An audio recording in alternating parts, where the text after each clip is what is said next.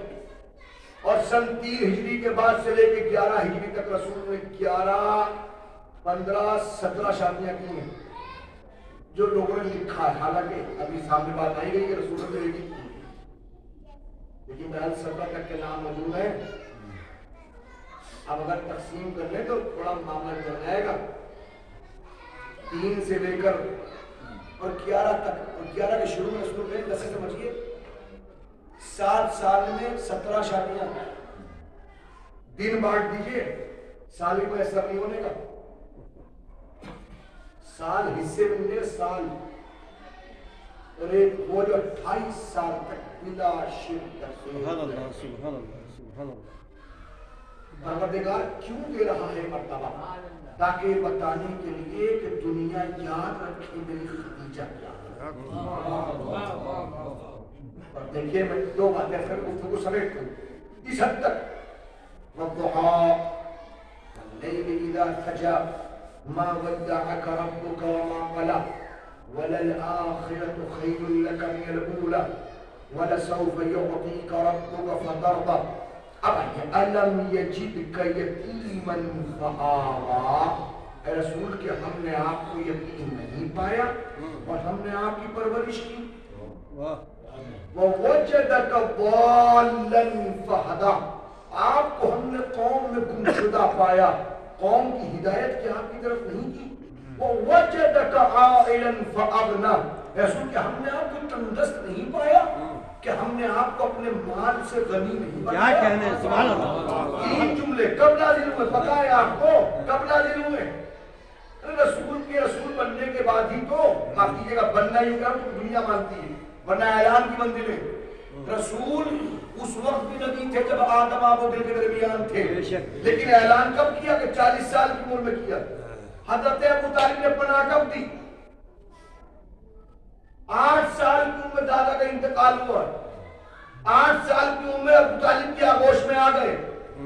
اب ہوا جب 25 سال کے تھے، اعلان نبوت 40 سال کے تھے، یعنی کہ اعلان نبوت سے 32 سال پہلے ابو طالب نے پناہ میں لے لیا۔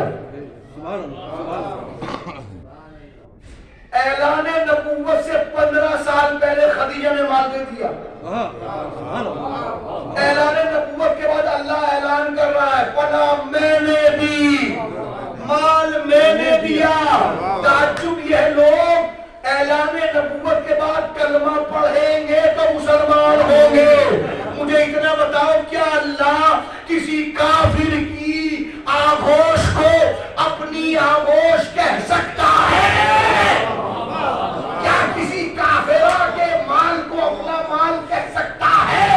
اس کا مطلب کلمہ پڑھنے والے اور ہیں، یہ کلمہ پڑھنے نہیں آئے، پڑھانے آئے۔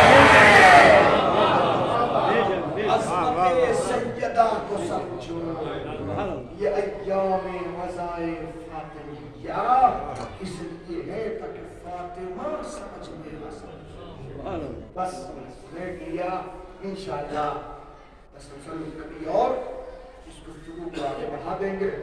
یقین مانے فاطمہ کو سمجھنا، خوش نصیب ہیں وہ افراد جو اس فرش عزا موجود ہیں۔ یقین مانے یہ فقط اور فقط آپ کے شجرہ نسب کی پاکیزگی ہی کا اعلان نہیں ہے، یہ آنے والی نسلوں کی طہارت کی بنیاد ہے۔ خبردار کبھی شہزادی کی عزا سے منہ نہ موڑے، اور خاص طور پہ یاد رکھیے گا جب عزائے شہزادی پہ آئیے تو ایک کام کرتے ہوئے ضرور آئیے، اور ایک کام کرتے ہوئے ضرور جائے۔ جب آئیے تو صلی اللہ علیہ یا فاطمہ، فاطمہ اللہ کی صلوات و سلام آپ پر یہ کہتے ہوئے، اور جب جائیے تو یہ لعن اللہ قاتلی یا فاطمہ، فاطمہ آپ کے قاتل کو چاہتا بے شک یہ کہتے ہوئے جب اس لیے کہ رسول کی اکلوتی بیٹی رسول کی تنہا بیٹی رسول کی پیاری بیٹی وہ کہ جس سے رسول بہت محبت کرتے ہیں مزاج ہو گیا تھا کچھ لوگوں کا کہ لوگ حضور کو نام دے کے پکارنے لگے تھے حکم خدا آ گیا خبردار میرے نبی کو ایسے نہ پکارنا بدعا عبادت بہوا جیسے آپس میں ایک دوسرے کو پکارتے ہیں کیسے پکارے گا یا رسول اللہ یا نبی اللہ کا خبردار یا محمد کوئی نہ یہ اطلاع مل گئی روایت کے جملے ہیں اب جو مل رہا یا رسول اللہ جو مل رہا ہے وہ یا نبی اللہ گھر میں تشریف لائے دروازے پر کھڑے ہوئے السلام علیکم یا اہل بیت النبوہ پہلے بیٹھے لگو تجھ پر سلام اور ایک مرتبہ آواز کی بیٹی بنی فاطمہ بیٹی فاطمہ کہ میں گھر میں آ جاؤں آواز آئی بیتی بیت والکریمۃ کریمۃ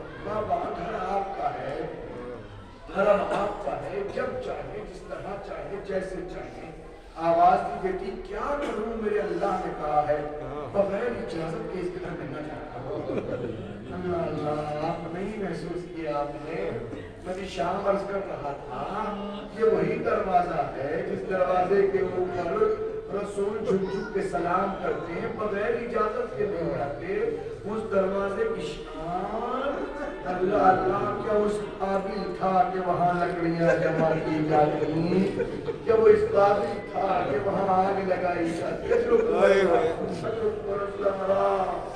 خدا کوئی محمد سیاح بس میں سمیٹ لی گفتگو اور خدمت میں عرض کر دوں اور آپ حضرات اپنی آنکھوں میں اشک لے کے آئے موسیٰ آنکھوں بس روایت کچھ میں سنیں گے آئے گھر میں جیسے ہی گھر میں پہنچے رسول اللہ بیٹی نے کہا السلام علیکم یا رسول اللہ اللہ کے رسول آپ کا سلام رک گئے بیٹی آج لہجہ کیسے بدل گیا آج بیٹی لہجہ کیسے بدل گیا بابا حکم قرآن ہے اللہ کا حکم ہے مشکل پہنچا ہے اللہ نے کہا ہے خبردار رسول کو ایسے نہ پکارنا جیسے آپس میں دوسرے کو پکارتے ہو تو میں کیوں یا ابتا کہوں تو کہ بیٹی ان سب کے لیے حکم تیرے لیے گئی بیٹی تو یا ابتا کہ اس لیے کہ تو باپ کہہ کے پکارتی ہے میرے دل کو سکون ہوتا ہے اللہ اللہ سب کے لیے رسول ہے تیرے لیے باپ ہے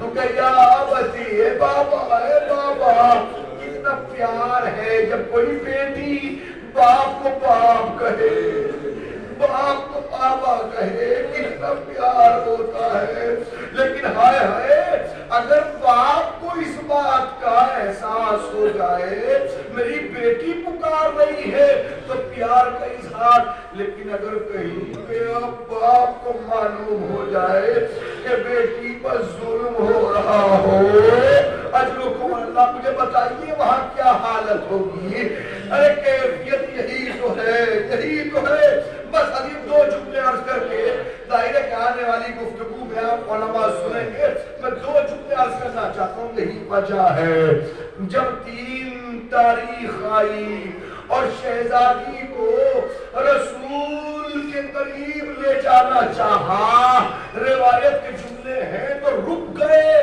نہ جانے کوئی کیا کرے ایک مرتبہ ایک قبر بنائی اور شہزادی کو رات کی تاریکی میں جب علی اتار رہے تھے تو تاریخ کہتی ہے کہ 2 ہاتھ برآمد ہوئے اجرکم اللہ رسول کے ہاتھ اور علی نے یہ کہتے ہوئے امانت دی یہ جملے موجود ہیں روایت میں یا رسول اللہ میں علی آپ سے شرمندہ ہوں اس لیے کہ جب آپ نے یہ امانت سونپی تھی اے اللہ کے رسول بالکل ٹھیک تھی اب جو میں آپ کو واپس کر رہا ہوں پسلیاں ٹوٹی ہے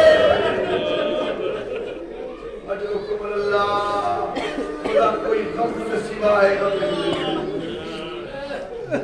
اللہ کے رسول چاہتا ہوں.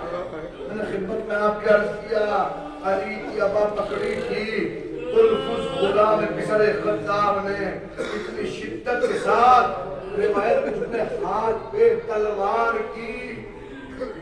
اللہ میں کیسے کہوں روایت لکھی ہے کہ جب تک زندہ رہی دہنے ہاتھ سے تسبیح نہ پڑھ سکی. دہنے ہاتھ سے تسبیح نہ پڑھ سکی. میں جملے کہوں آپ کی خدمت میں اگر آپ متوجہ ہو. ارے زمانے کا امام کس غم کا بارش ہے یقیناً یہی کہیں موجود ہوں گے. میں ہاتھ پہ جوڑ کے کہوں اے صاحب الزمان اے زمانے کے امام. سب سے پہلے تو آپ کی خدمت اقدس میں آپ کی جدہ ماجدہ کی تعزیت پر ایک سوال کرنا چاہتا ہوں. مجھے اتنا بتائیے جب نماز کے بعد آپ مصلی پر تسبیح اٹھاتے ہوں گے تو کیا نانی کا ہاتھ یاد نہ آتا؟ اجرکم اللہ ارے وہ امام جو خون کے آنسو روتے ہیں. اللہ اللہ روایت کے جملے سنیں گے آپ. وصیت فرمائی تھی اے علی مجھے قرآن کی تلاوت بہت پسند ہے. علی ممکن ہو سکے تو میری قبر پر تلاوت کیا. ہاں رسول بالکل یقیناً میں تلاوت. اے علی اے ابو الحسن دوسری میری وصیت میرے حسین کو پیاس اے ابو الحسن میرے حسین کو پیاس بہت لگتی ہے. رات کو اٹھ کے پانی مانگتا ہے. میرے حسین کا خیال رکھیے گا. بر روایت کے جملے ہیں آبائے بہبہانی باقر بہبہانی لکھتے ہیں کہ مولائے متقیان قبر فاطمہ پر بیٹھے ہوئے تلاوت قرآن فرما رہے تھے کہ ایک مرتبہ قبر سے آواز آئی ابو الحسن گھر جائیے ابو الحسن گھر جائیے. کہا اے فاطمہ کہ آج قرآن نہ سنو گی کہ نہیں گھر جائیے.